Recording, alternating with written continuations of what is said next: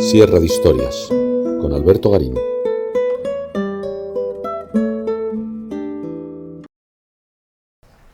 Acaba de ser publicado hace unas pocas semanas, por la Esfera de los Libros, el nuevo libro de Daniel Gómez Aragonés, Reinas Godas, las mujeres que pusieron la semilla de España.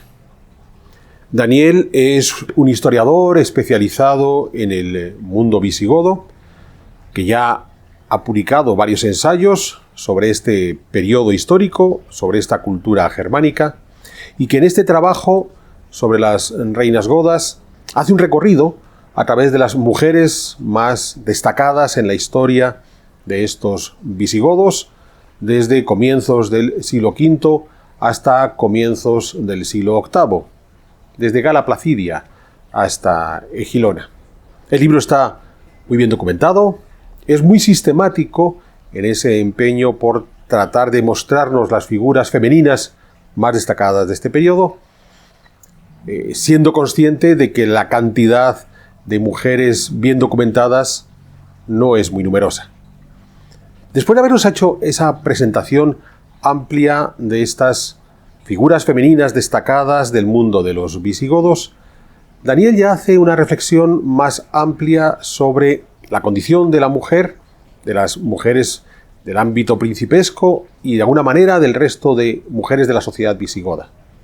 En ese análisis es donde quizás he detectado alguna flaqueza, no tanto porque los datos que maneje Daniel sean incorrectos, que no es el caso, es alguien que se caracteriza por ser muy sistemático a la hora de recopilar esos datos, como porque quizás ha hecho un ejercicio de presentismo sobre el que quisiera reflexionar un momento, no solo en torno al libro de Daniel, sino la forma que tenemos en nuestro mundo contemporáneo de abordar estas figuras femeninas en el pasado, en el que consideramos que nos estamos enfrentando a unas realidades sociológicas que puedan ser de alguna forma similares a las que manejamos hoy en día en nuestro siglo XXI. Bien, ¿por qué la necesidad de hacer ese análisis que nos evite caer en el presentismo?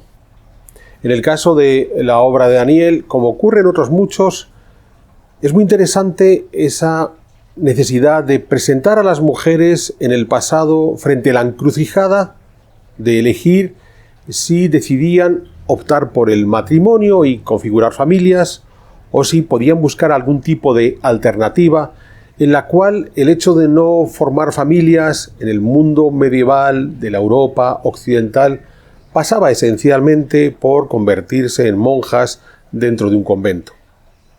En realidad, es cierto que existían esas dos opciones. Podían contraer matrimonio, podían ingresar al convento. Pero cuando hacemos ese análisis, nos olvidamos que la elección no es matrimonio versus vida conventual. La elección es permitir la incorporación de esa mujer a la vida reproductiva, a dotarse de la posibilidad de tener hijos o no hacerlo. Puede parecer que lo que explico es una sutil diferencia y sin embargo es fundamental.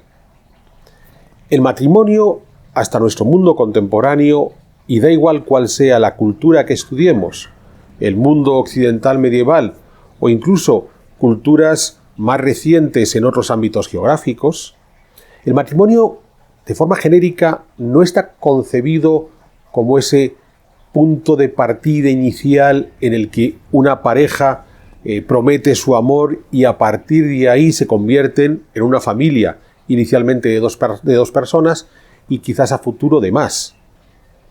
Ese es un concepto, insisto, que manejamos en nuestro mundo contemporáneo, donde matrimonio no tiene por qué estar asociado inevitablemente a la reproducción y a la llegada de hijos.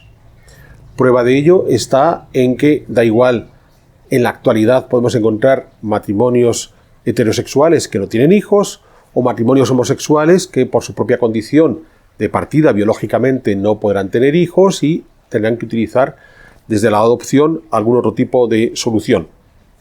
Pero es muy común en nuestro mundo contemporáneo el hecho de que haya muchas parejas que decidan contraer matrimonio sin que en sus planes esté el de procrear hijos, o que directamente manifiesten que generan esa nueva entidad familiar que es el matrimonio, porque consideran que desde el punto de vista sentimental o práctico les viene a ayudar, e insisto, queda excluida de esa formulación de familia la procreación.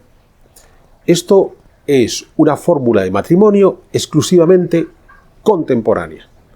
Previo a eso, el matrimonio era esencialmente la fórmula socialmente aceptada para procrear. De ahí la importancia de entender que estas mujeres de la Alta Edad Media, cuando decidían casarse, lo que decidían es ingresar en los modelos socialmente aceptados para poder tener hijos. Es muy interesante porque, decía, el concepto de matrimonio, hay determinadas culturas donde se evidencia aún más esa asociación entre matrimonio y procreación. Hay formas de matrimonio en culturas tradicionales indias, asociadas sobre todo al hinduismo, donde la mujer se casa con un miembro de la casta superior, con quien no solamente no va a convivir, sino que en muchos casos ni siquiera va a mantener ningún tipo de relación sexual, pero el hecho de estar casada con un hombre con el que, insisto, no vive, le permite tener hijos que son reconocidos socialmente como parte de esa sociedad. Claro, en este tipo de matrimonios, el varón que se hace cargo de los hijos es el hermano de la madre, el tío, y no quien pueda ser el progenitor biológico, ya sea el hombre de la casta superior con quien se ha casado o ya sea cualquier otro. Es decir, el matrimonio no tiene por objetivo la constitución de una pareja a partir de la cual establecer un modelo familiar, sino ese reconocimiento social de que el niño que llega a partir de ese momento, por formar parte de una institución consolidada que es el matrimonio, más allá de cómo funcione la familia, es un niño que es reconocido en esa sociedad como legalmente incorporado. O hay culturas africanas, y en esto que estoy comentando, los trabajos de antropología general de Marvin Harris lo explicaba muy bien, tanto el caso de la India como el mundo africano. Las mujeres más codiciadas con las que contraer matrimonio eran aquellas que ya se habían quedado embarazadas y ya habían tenido hijos.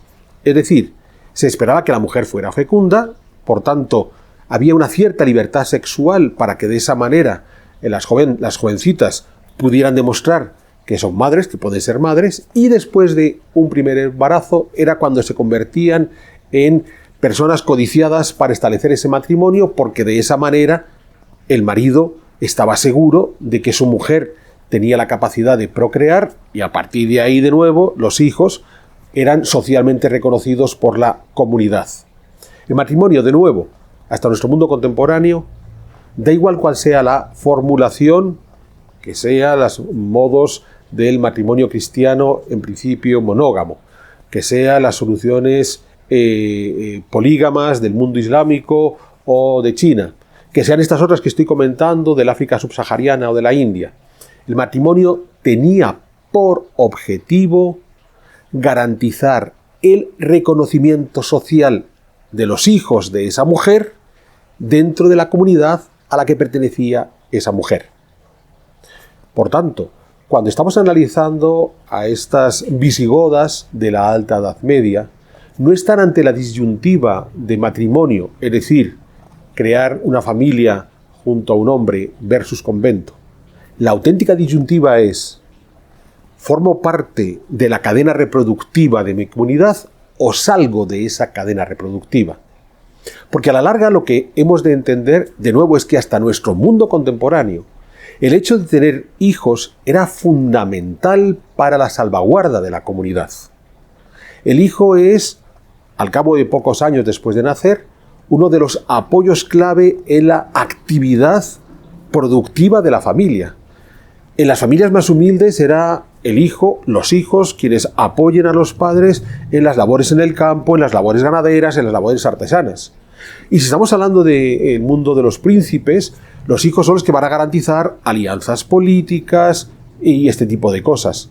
Es decir, los hijos no solamente llegan al mundo por la necesidad biológica que podamos tener los seres humanos de tener cachorros a los que querer, sobre los que volcar nuestro amor, sino había una cuestión práctica de la familia concebida como un núcleo de actividad productiva en la que sus miembros permiten que ese núcleo progrese. La ausencia de hijos impedía ese progreso. Y por supuesto, los hijos son una garantía a futuro.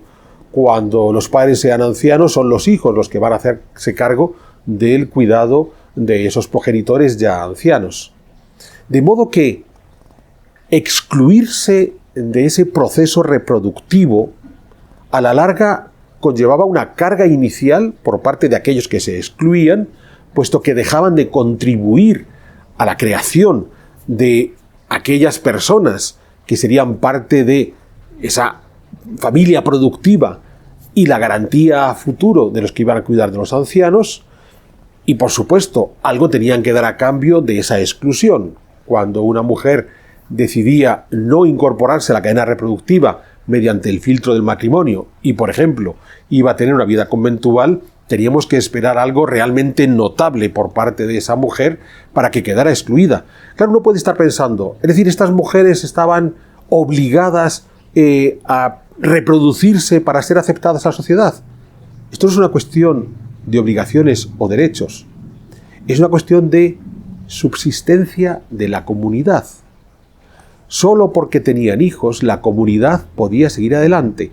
Solo porque tenían hijos, la familia se volvía más productiva y podía progresar. Solo porque tenían hijos, la familia garantizaba que los ancianos iban a ser convenientemente cuidados. No son obligaciones y derechos. Es una realidad antropológica que solo se ha podido modificar en nuestro mundo contemporáneo gracias a la revolución industrial, que permitió un salto cualitativo notabilísimo de las condiciones materiales de las sociedades humanas, donde podemos permitirnos el lujo de no tener que apoyarnos sobre nuestros hijos para que progrese la familia como centro productivo. Es más, podemos permitirnos el lujo de que nuestros hijos nunca trabajen en las actividades que nosotros como padres hemos podido desarrollar. Podemos permitirnos el lujo de que nuestros hijos utilicen buena parte de su adolescencia y juventud, cuanto más energía tienen para hacer ese trabajo, por ejemplo, dedicándose a los estudios universitarios con todo tipo de especializaciones, o podemos permitirnos el lujo de que nuestros hijos no se hagan cargo de nosotros cuando somos ancianos, porque existen sistemas asistenciales como las residencias. Pero todo eso son condiciones que solo disfrutamos en nuestro mundo contemporáneo después de ese salto cualitativo en las condiciones materiales de vida que supuso la revolución industrial. Antes de ese salto cualitativo, de esas condiciones materiales de vida, que es a lo que me estoy refiriendo, por ejemplo, en el caso de las mujeres de la Alta Edad Media, no había más posibilidad para garantizar el progreso de las familias y esa salvaguarda de los ancianos que mediante la reproducción, la llegada de hijos, claro, muchos hijos, porque buena parte de ellos morirían a los pocos días o a los pocos meses de nacer, y si queremos garantizar la presencia de esos hijos, tenían que ser muchos hijos. Entendámoslo bien, no es un debate entre obligaciones y derechos, es un contexto antropológico en el que o había hijos o la comunidad corría peligro. Por eso es por lo que en trabajos como el de Daniel no podemos pensar en una mujer que toma decisiones de forma, digamos, absolutamente libre, como pueda ser nuestro mundo contemporáneo, donde pueda permitirse el lujo de salir de la cadena reproductiva. Porque si lo hace, corre el riesgo de que ella y su comunidad en general puedan decaer, puedan desaparecer. De ahí que cuando se tomaba esa durísima decisión de salir de la cadena reproductiva y, por ejemplo, convertirse en monja, se le iba a pedir a cambio unas formas realmente notables de entrega a la comunidad. ¿Por qué? Porque al final estas monjas lo que tenían que cumplir era esa función de orar por la salvación de las almas del resto de la comunidad. Es decir, tú no contribuyes reproduciéndote y por tanto garantizando el progreso y bienestar de la comunidad durante la vida terrena, pero al menos contribuyes rezando por el bienestar de esa comunidad en la vida eterna. De ahí es la importancia que se le daba cuando una de estas monjas rompían su celibato y se reproducían. La condena que había hacia ellas no es porque se persiguiera a esa mujer, porque en un momento dado había asumido su libertad sexual para mantener relaciones con un hombre y entonces había cambiado de opinión y deseaba mantener esas relaciones y quizás procrear. Es que esa mujer había adquirido un compromiso fundamental con su sociedad. Yo no voy a contribuir con lo que hacemos el resto de la comunidad, teniendo hijos, para garantizar ese progreso de esa comunidad, pero sí mi sacrificio a cambio es por el alma eterna de esa comunidad.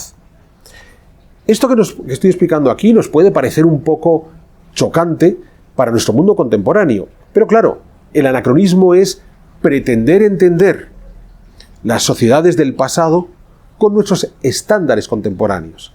En realidad, lo más chocante es hacer ese ejercicio de presentismo trasladándolo al pasado, hacer ese ejercicio de anacronismo considerando que las mujeres de la alta edad media visigoda se encontraban ante una encrucijada donde de forma despreocupada podían elegir entre me quiero casar, no me quiero casar, quiero ser monja, me caso y no tengo hijos. No era posible. Había que casarse y había que tener hijos, porque si no, la comunidad corría peligro. Y si no se casaban y no tenían hijos, podía ocurrir, bien, había que buscar una alternativa de sostén de la comunidad. Hoy podemos vivir en unas sociedades donde los individualismos estén claramente marcados y podemos tomar todo tipo de decisiones de vida de nuevo, porque las condiciones materiales posteriores a la revolución industrial han dado un salto de calidad tan notable que nos podemos permitir ese tipo de frivolidades, de salir de la comunidad y tomar decisiones en las cuales no importa lo que yo haga, el sistema es tan robusto que me puedo permitir el lujo de que buena parte de los miembros de esa comunidad no se reproduzcan y no generen esos hijos que garanticen su futuro. Pero eso, en este mundo previo a la revolución industrial, no se podía dar. De modo que, de nuevo, no podemos analizar ese mundo del pasado con nuestra óptica presente porque inevitablemente nos vamos a equivocar. Es posible que en ese mundo del pasado, en estas mujeres del mundo visigodo, pudiera haber personas con otros deseos, con otras inquietudes, con otros sueños. Pero lo que tenemos que tener claro es que, a la larga, sus condiciones materiales de vida solo las permitían salir adelante si se entroncaban dentro de estas dos tendencias. O me incorporo al ciclo reproductivo, en el que quizás no pueda contribuir nada porque mi cuerpo no es fecundo, o me incorporo a esa garantía de la salvación del alma de la comunidad. No había más opciones, porque sencillamente el contexto histórico no daba más opciones. Esto no es una cuestión de machismo, heteropatriarcado, es una cuestión de supervivencia de las comunidades. Es una cuestión de la comprensión antropológica que tenemos que exigirle a todo historiador cuando se enfrenta a una sociedad del pasado.